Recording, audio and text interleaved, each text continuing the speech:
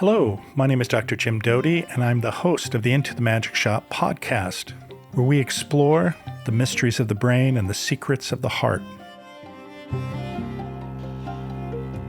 Hello, everyone, to this episode of Into the Magic Shop. I'm pleased to have Neelama Eyres with me today. And the reason we're doing this podcast actually is because, as many of you know, I am the founder and director of the Center for Compassion and Altruism Research and Education. And one of the programs that we offer is called Applied Compassion Training. And Neelama is one of the directors of that program. And I, in many ways, just wanted to share with you what we do in this program and talk to Neelama and have her give us not only a little bit of background about herself, but also about the program. And then we're going to have a little bit of discussion about the Applied Compassion Training Program, which offers the ability to develop a capstone project to implement in their own organization when they've completed the course, but also a different way to see the world, and one that will empower you in many ways to not only be compassionate to yourself, but to offer compassion to others. So good morning, Neelama. Good morning, Dr. Doty. Thanks for having me. Sure. It's always my pleasure to interact with you. As well. One of the things I think that would be helpful for people is just to have you tell us a little bit about yourself and why you're motivated not only to be involved with Seek Care in this program, but to be of service to others by helping them understand themselves a little bit better, develop self-awareness, and recognize that oftentimes they themselves are not kind to themselves, and how that in some ways clouds their perspective of others. Thank you. That's a big question there. So I'll try to get all that in. A little bit about myself, and maybe it is connected to how I found my way to compassion. I was raised in a relatively small town in upstate New York, and raised in two different religions. And I think as a kid, I was trying to make sense of these two faiths that to a 9-year-old seemed pretty different. And one of the commonalities in both of my traditions, I was raised Catholic and Jewish, obviously was compassion. It was kind of the undercurrent, underneath all the teachings and the dogma and the ritual in both traditions is a real core of what we would call compassion, recognizing suffering where we see it and doing whatever we can to help alleviate that suffering. So from a very young age, that was instilled in me, and also something I used to sort of bridge the two worlds that I was being raised in. And that's in one sense been my whole career in different facets, teaching workshops for personal growth and development. Of course, compassion is always a big part of that. As you've written and talked about so much in your work, when people start doing work on themselves, they realize there's a greater awareness of how unkind we are to ourselves. So in any journey of personal development, we inevitably bump into those voices, those negative beliefs we hold about ourselves. So even early on in my career, compassion was a big driving force in the personal development work I did with people. And then fast forward a little further down the road, I was doing that work. I had started my company with my husband at the time. We were both teachers, and suddenly found ourselves going through our own divorce. And really, that's where I think the rubber hit the road for me around compassion. And it was very easy at the beginning of the divorce to try to fall into sort of all the things the ego does when it's breaking up a relationship, right? Blaming myself, blaming him. And so quickly compassion came in for me as one of the I would almost call it one of the healing medicines that got us through our own divorce and allowed us to keep working together and teaching together. And by that time, we had a son together, so raising our son together. And it was in that divorce process where I met Robert Cusick, one of our other co-founders of the Applied Compassion Training. And Robert and I started teaching compassion workshops and retreats together. And in those workshops and retreats, we discovered that people could come and have a wonderful experience of compassion, be it for self or others. But we had a constant wondering of, is this translating back into their worlds, into their workplaces, into their communities? And it was at one of those compassion weekends that the idea of ACT came out. Robert likes to tell the story. It came out on a coffee napkin at a cafe not too far from Palo Alto, where CCARE is located at Stanford. And we just had this idea of, what if we guided people into a much longer training? As you know, ACT is almost a year-long training. What if we guided people through a much longer training and empowered them to not only cultivate compassion for themselves and others, but really empowered them with the skills to take this back and make a meaningful difference in their worlds where they came across suffering? Well, it's interesting because oftentimes when people think of compassion, they think of it as sort of you're weak, you're milk toast, you allow people to step on you and take advantage of you. Can you just comment on that from your own perspective?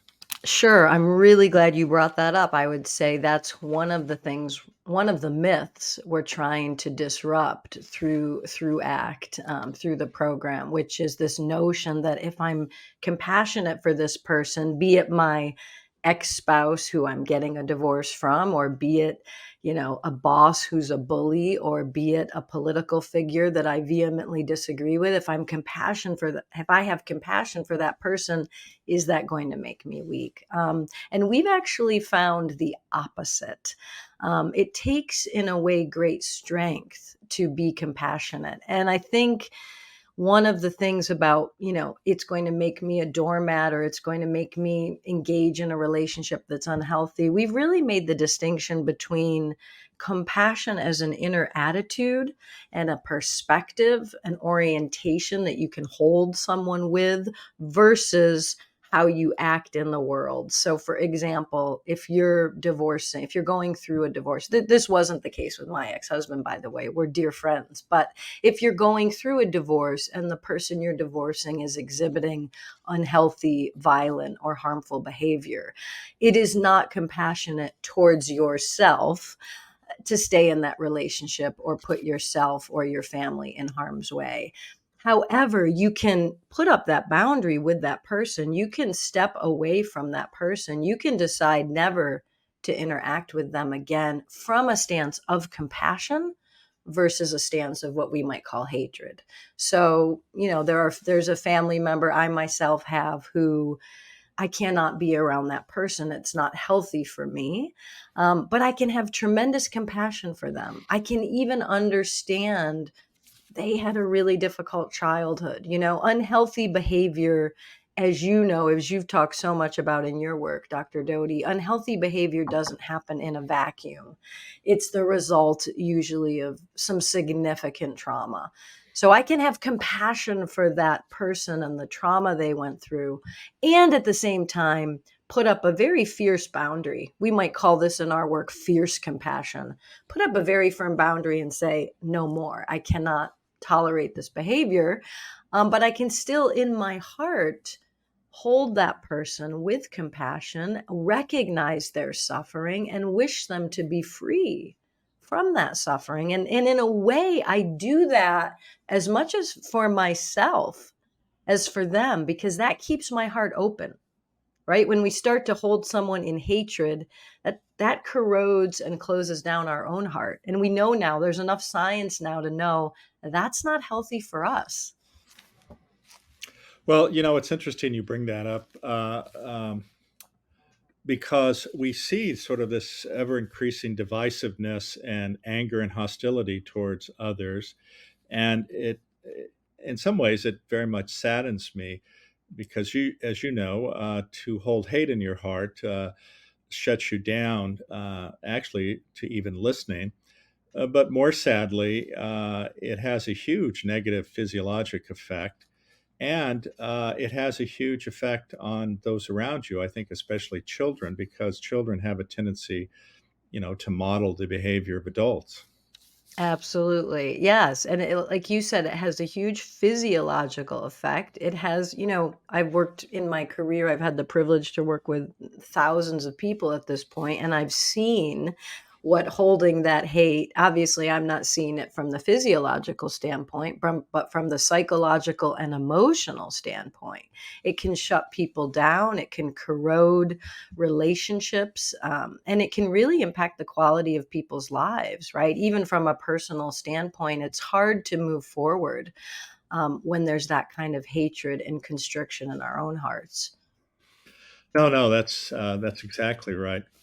Um, let's talk about the ACT program a little bit more, and maybe you can describe what it is and what the goal of the program is for individuals who take the program, and maybe the type of people who are in the program, who sign up for the program, and maybe even a few examples of projects that they've done, because of course capstone projects are an innate part of this program, and it's one in which you and the other directors are intimately involved in terms of mentoring them. Absolutely. Yeah, happy to do that. So, as I said, when the idea dawned, first and foremost, it was an idea that we could create a much longer training where we could bring people into the program who not only had an interest in cultivating compassion, that was already very much there in the compassion work being done in the world. But what we wanted to do different in this program is how do we harness people's experiences of compassion, be it for self or others, and translate that into real world action. So that's sort of the overarching vision. And the way we do this, together with Robert Cusick and Monica Hansen, my co founders, people come in at the beginning of the year. So the program starts in January, and they're really walked through an 11-month process. That's a combination of two things. I like to think about a train on two tracks. And one track absolutely is the personal development track because, in order to be what we're calling people when they graduate from the program, as you know, in order to be an ambassador of compassion, you have to be able to transmit compassion and to sometimes transmit compassion in very difficult situations. In order to do that, one's personal development is of utmost importance. So there's a big personal development track. In addition, I think the track that ACT is really uniquely adding here is how do we help someone take an idea? And I'll give you some examples of these in a minute, but how do we have someone take an idea? Oh, I want to bring compassion into my place of work. I want to bring compassion into my hospital. I want to bring compassion into my court of law or my community. How do we help someone move from an idea of that to actually doing it? And so the program is a very curated step-by-step process of moving someone from idea to execution of that idea. And as you can imagine, people bump into anything we as humans bump into when we want to put ourselves out into the world. There may be self-doubt that arises, or the imposter syndrome, or can I really do this in my workplace? So we work with each individual. That's why they do get personal mentoring from Robert, Monica, or myself, because we work with them over the course of these 11 months pretty regularly to have them overcome those inner obstacles and then to have them design a compassion offering that's unique to their setting. So that's the other maybe differentiator of this program.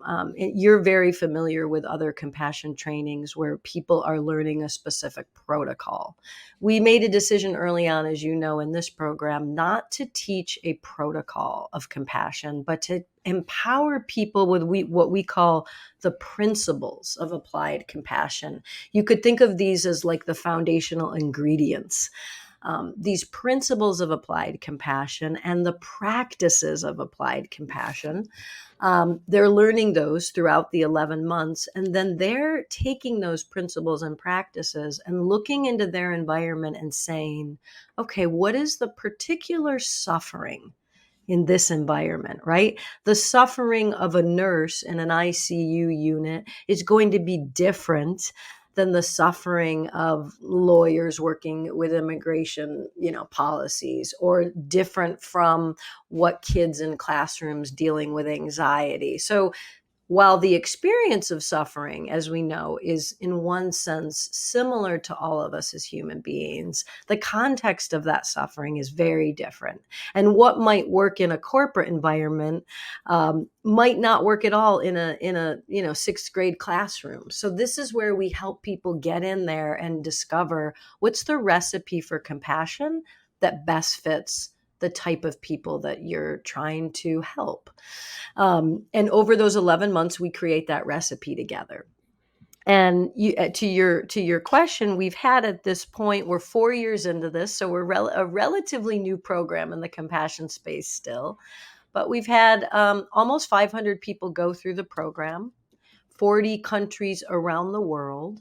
And there have been compassion projects developed. If you can think of an industry, there's probably been a compassion project developed at this point in ACT for that industry. As I said, healthcare, education, both higher education and even younger kids, people doing capstone projects to help youth dealing with these unprecedented levels of anxiety and depression.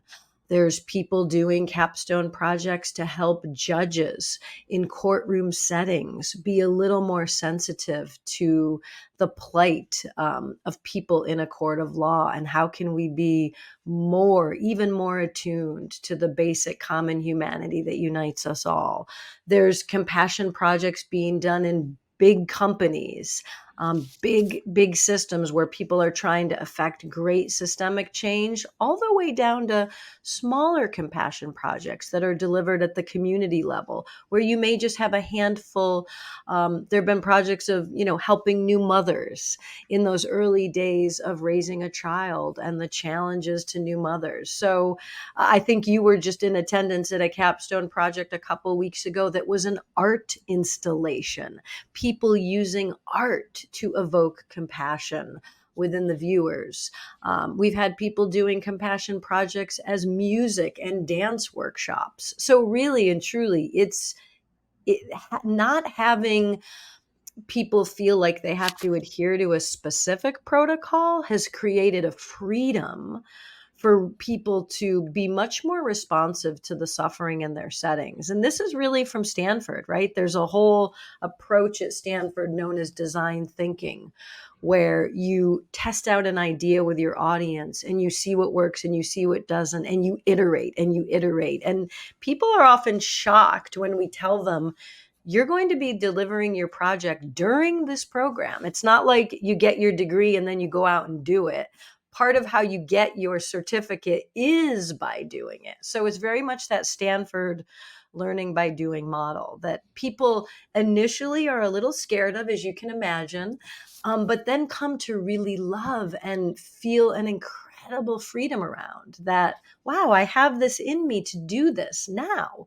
And if I'm empowered with the right tools and practices, I can affect great change right now in my environment. I don't have to wait to become an expert, quote unquote, on compassion. Well, I think this brings up a couple interesting points.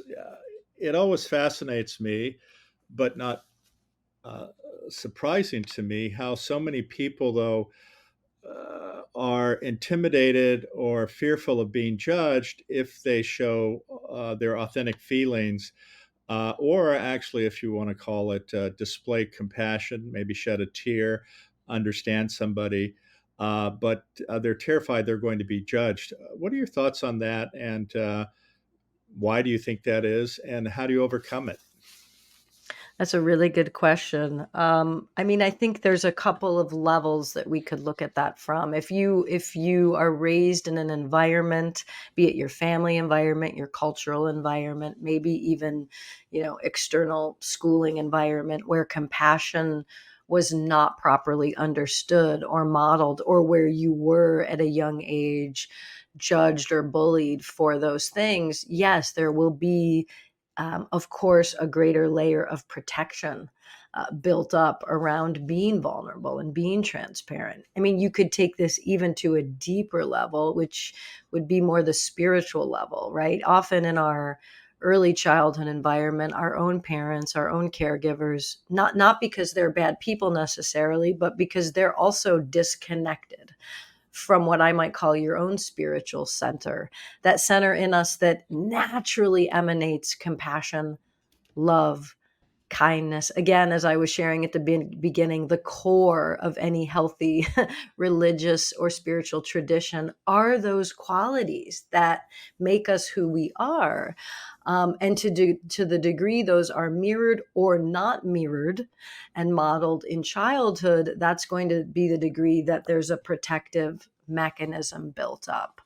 And combine that with, I don't think this is specific to America, but I think we have um, a higher misunderstanding in this culture that the way to success is by pushing someone, by judging someone, by criticizing someone. That's how you're going to get them to perform better. I can just say in ACT, we've completely disrupted that. Um, we're empowering people based on something we call appreciative feedback, which is kind of mirroring the goodness of each person, mirroring the potential of each person and each project. And when you do that, it makes people want to overcome those hurdles of insecurity. It makes people feel better about themselves. It makes people feel more connected to who they are. And we have heard in 4 years over and over repeated to us that I actually feel more empowered to go out and do this, not because I've been judged and condemned and criticized, but because I've literally been lifted up. I mean, it's amazing how easy it is when we sort of get that orientation right. And a lot of it is self compassion, as you've described in your book and in your work. And that's one of the surprising things for people coming into the program. You said what kind of people come into the program. The cool thing, Dr. Doty, is we have people from all walks of life. Um, you could think of, very professionals. We've had CEOs, we've had doctors, nurses, lawyers, managers, and all the way down to people that aren't even employed. They're just retired, or they're parents that are at home and they want to contribute to their community or an organization that they're part of. So we've had, again, this real swath of humanity in the most beautiful way come into the program. And I've seen over and over, whether I'm working with a CEO or I'm working with a doctor or I'm working with a stay-at-home mom or dad, we all carry this fundamental misunderstanding of who we are, and this fundamental judgment. I mean, I don't think it's fundamental. That's actually not the right word. It's a learned behavior to judge and critique ourselves.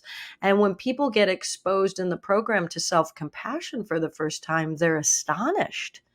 They're astonished to see how unkind they've been to themselves. Some of them haven't even realized how unkind. And that's, for many people in the program, the great game changer. Well, it's interesting. There's an assumption, I think, sometimes that a lot of people who suffer are indigent or poor or have been in those types of circumstances. But maybe you can comment on your own experience and the reality that there are many people who seemingly come from affluent backgrounds. And I think the point is for people to understand that affluence doesn't protect you from suffering. Absolutely. I mean, 100%. Affluence doesn't protect you from suffering, because suffering is part of the human condition. Now, we can, of course, recognize there are degrees of suffering, right? My suffering here, having a home, having heat, having electricity, is different, no question, in extreme to someone who's living in a war zone right now. So there are degrees of suffering, and there are communities and cultures that without question suffer to greater degrees. That we know, it's indisputable. At the same time, what the compassion teachings have tried to show me and others is the fundamental experience of suffering is something we all know as humans. We've all experienced loss and heartbreak.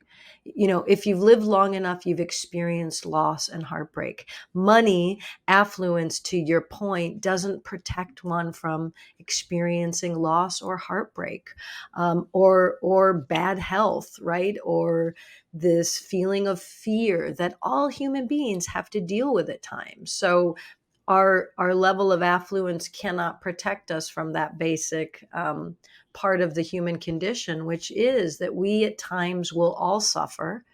We'll all feel fear. We'll all feel that we're not good enough. We'll all feel deep grief and sadness when we lose someone we love. This is core to us as humans, and that is one of the big components of the ACT program, is helping it's one of our pillars. I said we have these pillars of applied compassion. One of our pillars is helping individuals that come into the program recognize the common humanity, recognize that it is part of what unites us as humans. It is part of what makes us the same as humans, is that we all at some point in our lives suffer. We all know that experience of suffering. Again, that doesn't mean that the suffering is the same. That doesn't mean one person's suffering isn't more extreme than the other. We can hold the diversity of suffering together with this basic human condition of suffering. And when we do that, it actually unites us to people that we may feel different from, that we may feel disconnected from. And that's really the goal of common humanity, is to unite us, to have us focus on what is it that's the same. As you said, there's growing sense of polarization and division. We're constantly bombarded with what makes us different. And the compassion teachings are trying to balance out those scales by pointing us to something more fundamental that can unite us, that can connect us, that can remind us that at the most core level, we are the same in terms of having the same need to feel healthy, having the same need to feel happy, having the same need for love and connection in our lives. We all share that as humans. Let me ask you a question. It's sort of been interesting to me how, over the course of many years now, we initially were introduced to mindfulness in the West by John Kabat-Zinn, and there was never any explicit statement about compassion. Yet now, over the course of probably a couple decades, we are seeing ever increasing importance of compassion, and oftentimes combined with mindfulness practice. Do you have any thoughts on that? Well, I think the deeper one goes into any meditative practice, be it mindfulness or really and truly any meditative practice from any tradition, at some point you hit suffering, right? If you practice mindfulness long enough, you will come in touch with either your own suffering or the suffering of others. And because what is mindfulness, right? It's paying attention in the most skillful way that we possibly can. And when we do that, we inevitably will bump into parts of our human condition. One of those being suffering. And when we bump into suffering, you know this better than me, just from the scientific point of view, when we bump into suffering and when we meet suffering, compassion arises naturally. We don't have to try to be compassionate. That's another one of the big misnomers, is people think, oh, I need to learn how to be more compassionate. I need to figure out how to be more compassionate. Actually, what we're teaching in ACT is the moment you're willing to turn towards and face suffering, compassion arises automatically. And so it's no surprise to me that the deeper we go into mindfulness, the deeper we go into the prayer practices or the meditation practices of any tradition, our compassion instinct is going to come online. It's going to come more to the fore because we will come in contact with that suffering. And as you know, compassion in distinction to empathy, compassion arises only in response to suffering. Empathy can arise in response to many things. Compassion is a signature instinct that we have built in to help us deal, cope, and alleviate suffering. Well, it's interesting you bring up this difference between empathy and compassion. I think there are two important things to emphasize. One is empathy doesn't necessarily have anything to do with suffering whatsoever. You can have empathic joy. Right. It's simply taking on the emotional state of another. But I think also fundamentally, the other difference is one is static in the sense that you may feel something, but compassion requires action. And maybe you can comment on that. Right. And that really, I'm really glad you brought that in, Dr. Doty, because that's sort of the thrust of the whole ACT program. We even used the acronym ACT. Robert's big into acronyms. And action not only is what makes compassion compassion, right? As you said, empathy can be A, for any emotion, but B, doesn't include the action component. I think there's a definition I've often heard: empathy plus action equals compassion. And it's the action component of compassion that a lot of the research and evidence suggests can mitigate some of what we might call today empathic distress. So, for example, if I'm in an environment where I'm faced with a tremendous amount of suffering in an ongoing way, and I'm not taking action directly to alleviate that suffering, I may start to feel empathic distress. In other words, how much of this feeling can I bear and sustain and endure without doing something about it? So it's the doing something about it component of compassion that actually, from, this better than me, from a brain science standpoint, makes us feel good, helps mitigate against some of the burnout and stress that we feel when we're in situations of ongoing suffering. And so we've harnessed that component in our program. And we've said to people, it's no longer enough to just think about compassion. It's no longer enough to just wish for a better world.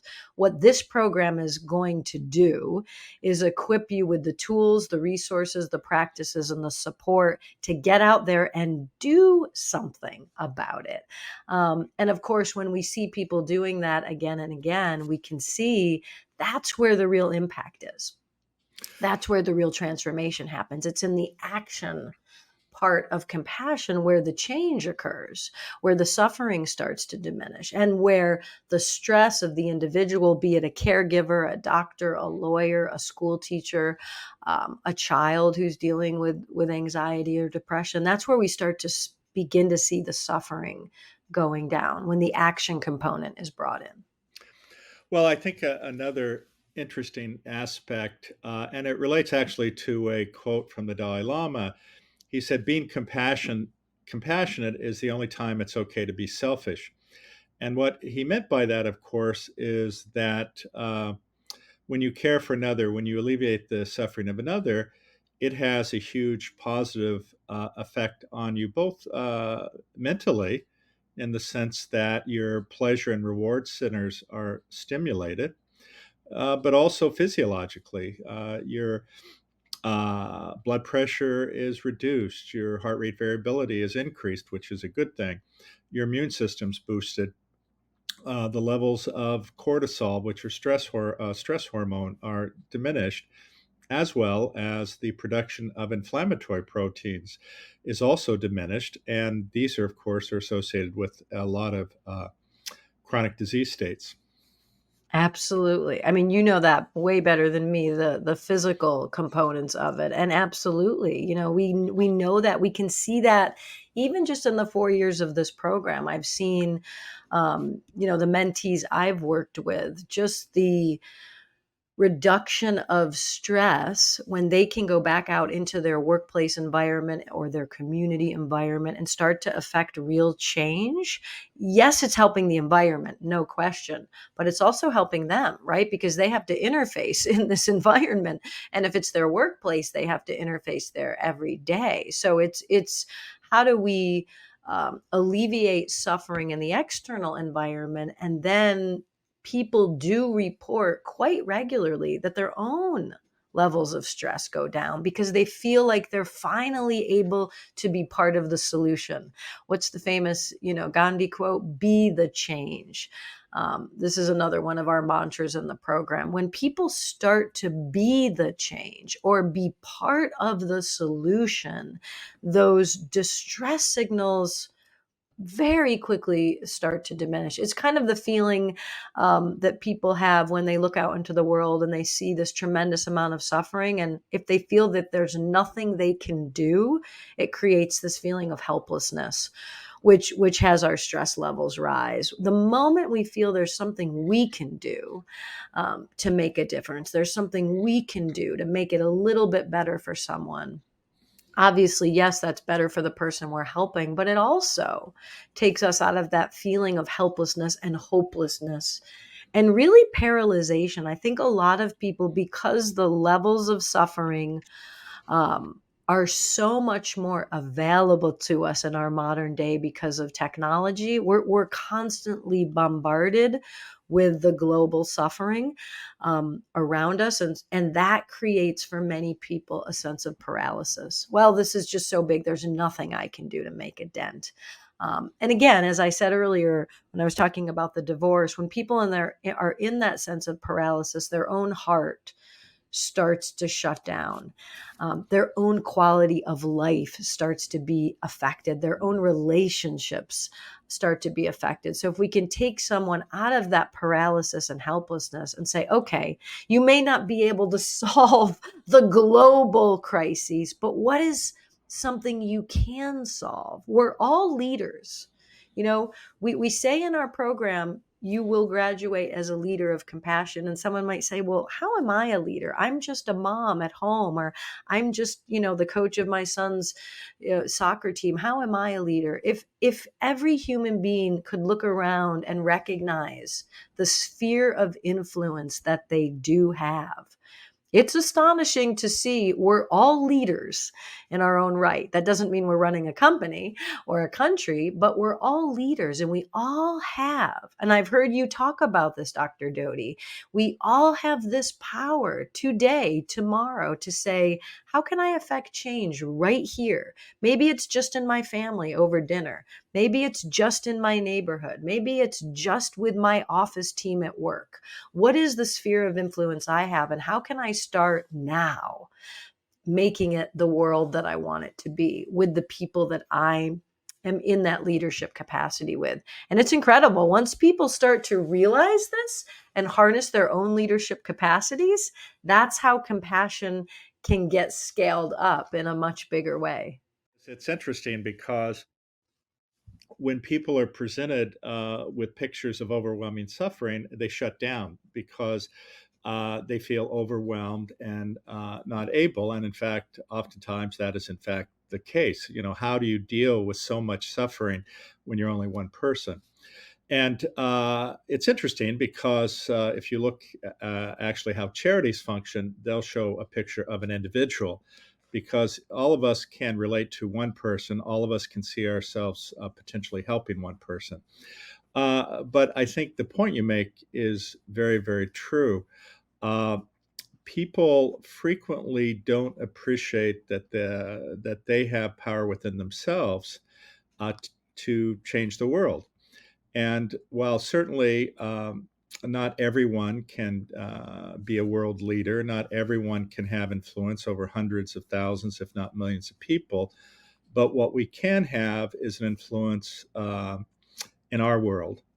And when people understand this and appreciate it, and also appreciate that being compassionate or alleviating suffering uh, doesn't necessarily involve, frankly, doing a whole lot. I mean, there's some people who are simply looking uh, for a smile, uh, to sit and listen to them, to maybe share a meal or buy them a meal or a cup of coffee, just something to demonstrate that you recognize their dignity uh, as a human being. And unfortunately, I think that when somebody has been beaten down by the world, they have a sense that they're not important, that their life has no meaning. And when somebody steps out and takes action, it can have a profound, profound effect. I even recall from experiences I've had where, to me, I was simply being kind, which hopefully is my nature most of the time. And they come back to me, or I run into them months or years later, and they say, I can't tell you how much that meant to me. And to me, it didn't really register particularly, but being reminded of that again emphasizes how oftentimes we take for granted the power we have uh, to improve the lives of others. That's so true, so moving to me, and that is really why we created this program. It's not just, as you said, those big acts of compassion and kindness, but it's those little micro moments that we have available to us every single day. And of course, it starts right here, with ourself. Ultimately, people's compassion practice often has to start with themselves, because if we're berating and mean to ourselves, um, what is that modeling to our children, right? What is that modeling to the people around us? But then, to your point, Dr. Doty, it's often the most simple acts. And I think another thing you just said that struck me, that I often talk about in our program, is sometimes we can't take the suffering away, right? If my best friend's sister is dying of cancer, I can't change that reality. I can't change that suffering, right? And so then I could get hopeless and helpless and be paralyzed because of that. Or I could say, I can't change that suffering, but there's still my friend who's suffering about this. What could I do? Could I go and sit next to her in the hospital and just hold her hand, right? It's those simple acts that we often, you're absolutely right. We often don't realize just how powerful those acts of kindness and compassion are, just how powerful it is to hold space and to be there. Often with compassion, and I love the word, right? Even just, I'm big into words. So if you just took the word compassion, the Latin root literally means to suffer with, com meaning with, passio meaning to suffer. So to suffer with. So sometimes it's just about being willing to sit with someone in a moment of suffering and not abandon them. Oh, I And how think that, simple that can be, right? To yes, change a moment. no, that's right. Um, the other interesting thing I wanted to chat with you about was individuals who have grown up in challenging backgrounds. It always has fascinated me, and this is where I'd like your thoughts and comments. There's some people who grow up in those backgrounds, overcome them, and have immense gratitude because they recognize that none of us can survive or improve or be our better selves without the assistance of other people. And then there's another subset of people who feel abandoned, that nobody helped them, that they had to struggle, and that their success had nothing to do with anyone. It was only about them. And it's interesting the contrast between these two types of individuals. one has immense gratitude, and as a result, is motivated to help others who may be in the same situation. And frankly, oftentimes feels the pain they're feeling simply by looking at their circumstance. The other person looks at their circumstances and says, well, I overcame it and nobody helped me. I'm not interested in helping anyone else. What are your thoughts about that, or have you seen those circumstances or appreciate that? I mean, I can appreciate, and again, I think all of this goes back to what is that early environment and who do we believe we need to be in order to survive that early environment. So if our earliest childhood imprint is, I've got to figure this out. Nobody is here for me. I've got to survive. I've got to build a thick skin, which eventually turns into, I think, what you're talking about, an even thicker armor where I can't let anyone in or can't help anyone out. I can actually appreciate and even have compassion for the conditions in which that stance, maybe at a certain time in someone's childhood, needed to be developed in order to survive a horrific upbringing, let's just say, a horrific set of circumstances. I think one of the things that can happen, even with those individuals, over time when they are exposed to the teachings of compassion, is they can recognize a lot of that way of being is a compensation mechanism that was designed to protect them from their own suffering. When people can recognize that, and I'm not saying that's easy, I'm just saying that's the inner work that we're up to in our program, and then I'm sure in other compassion programs. But when people can touch upon, through practices of meditation and compassion or through other processes, when people can touch upon what's underneath that veneer, which is always suffering. It's not anything else that we're protecting ourselves from, right? And when people can kind of drill through that armor and reach that, they often come upon those other associated things that you're describing, Dr. Doty, a tremendous recognition of, oh my goodness, there was support around me. I may not have recognized it. It may not have registered. They often come in touch with gratitude. They often come in touch with wanting to help. So I fundamentally believe that when people are willing to do that inner work and drill underneath the armor, they reach that same place. It's just getting them in the door to do that, right? Because that's the harder sell, so to speak, is helping people recognize the suffering that may have led to them developing this way of being. Once they see that, the other work is much easier. No, I think that's right. It's really getting through that sort of thick armor that so many people have developed. It's getting through that thick armor, and sometimes what happens is life starts to corrode that armor, right? A loss happens. It could be a financial loss. It could be a loss of a company, a loss of a job. It could be a loss of a loved one. It could be a health crisis. Life wants us to grow. Life wants us to remember our basic true nature, which is compassion. And in my experience, these things happen in life, not as a punishment for us, but as a profound opportunity for us to kind of go back and repair some of those sufferings that may have happened very early on that we just didn't have the capacity to work with as young children, frankly. Well, speaking of young children, uh, when do you think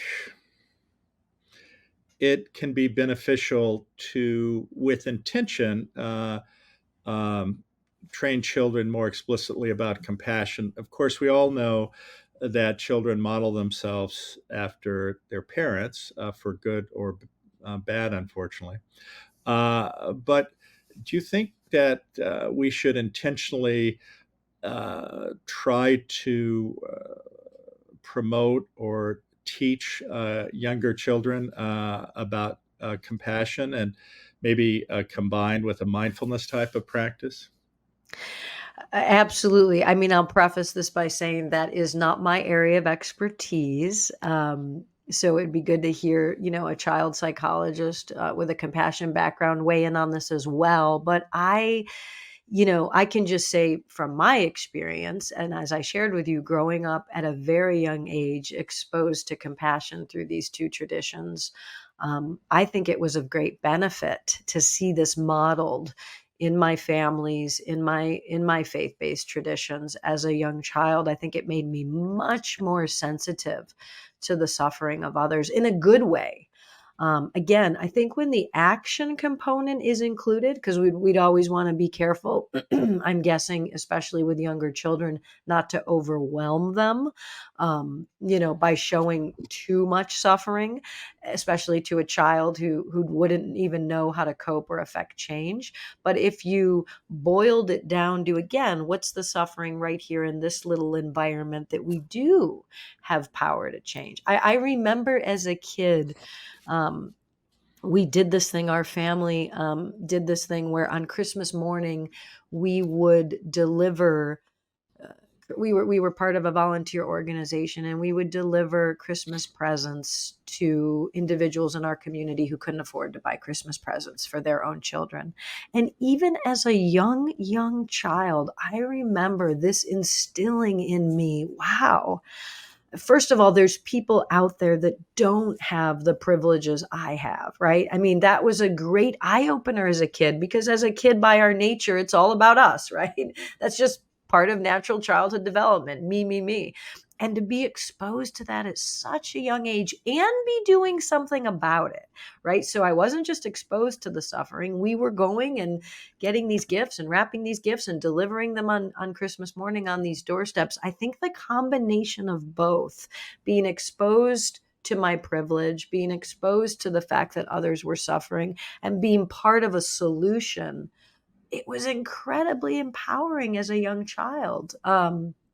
To feel all of that. And I remember it making me more sensitive going back to school, more sensitive to the children around me in my environment. So I am a big proponent of, I mean, the things we teach kids in school, geography, history, remember your capitals. It seems so basic to me that we could introduce a palatable, safe, and healthy compassion curriculum. I know there are ACT mentees whose capstone projects have focused on bringing in what we might call compassion curriculum into a school setting and doing it in a way that's palatable, digestible, healthy, and again, affects change for a particular group of students given what they're suffering with. Anxiety and depression right now being two of the biggies that we know our teens and even preteens are really struggling with these days. One of the comments I would make, though, is also that uh, you also have to offer the teachers support and these types of teachings, because many of them feel overworked, stressed, anxious themselves. And you can't expect them to engage or focus on such a practice to their students unless they have developed calmness and a sense of self compassion and compassion for others, and have addressed their own suffering in many ways. Absolutely. You're right. You're absolutely right. And this is a lot of what we're seeing with our capstone projects that are being brought into healthcare, is that we first have to help the staff, right, deal with their own stress, suffering, the burnout that they're experiencing. Because if the staff are struggling, how can we expect them to provide the best care for the patient? So 100%. And that's a lot of the capstone projects coming out of the program are designed to help the individual, whether it's a caregiver or a group of caregivers or a team, so that they can then go back and help their customers or their patients or their clients for the reasons you just described. And that's why we train our ambassadors in their own personal development as well, right? If I'm going to go out and ambassador this into a company, I've got to be first and foremost deeply connected to compassion, both for myself, and know how to practice that in moments of my own distress and suffering. And then also, what do I do when I'm faced out in the world with that suffering? How do I use these principles and practices of compassion to help interface in this suffering world that we're dealing with right now. Well, and it definitely seems to be at a difficult time with so many parts of the world suffering, so many people suffering. And again, it does, I think, for many people and myself, sometimes feel overwhelming.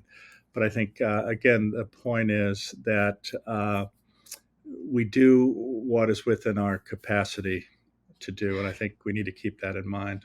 We do what it is within our capacity to do. There is so much within our capacity to do, and it's empowering and lifting up people to look around and see that and harness within them the capacity to affect, again, those micro changes that we can make.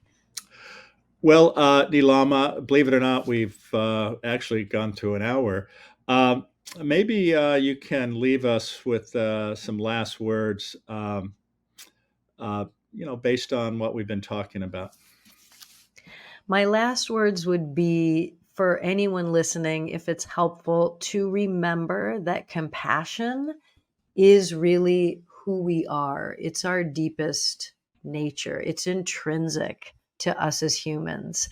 You don't need a PhD in compassion to be compassionate in the next moment. It's available to us. It's fundamental to our core, and it can get easily blocked with the stress and the suffering that we regularly encounter as humans. So whatever you can do as an individual to get reconnected back to your core, and then to choose the next moment to enact that compassion in small ways, in simple, ordinary ways, in the next Zoom meeting you're having, in the next interaction with your children, in the next team meeting. This is how we literally change the world, one moment at a time. So thank you so very much for having me on, Dr. Doty. It's been, as always, fun and a pleasure to engage with you on this topic that's so near and dear to my heart. Both of our hearts. Well, listen, you take care. Much love to you. And to anyone who's listening, please check out the CCARE website, ccare.stanford.edu, and you can learn a lot more, not only about compassion, but specifically the ACT Ambassadors Program. So thank you all for listening.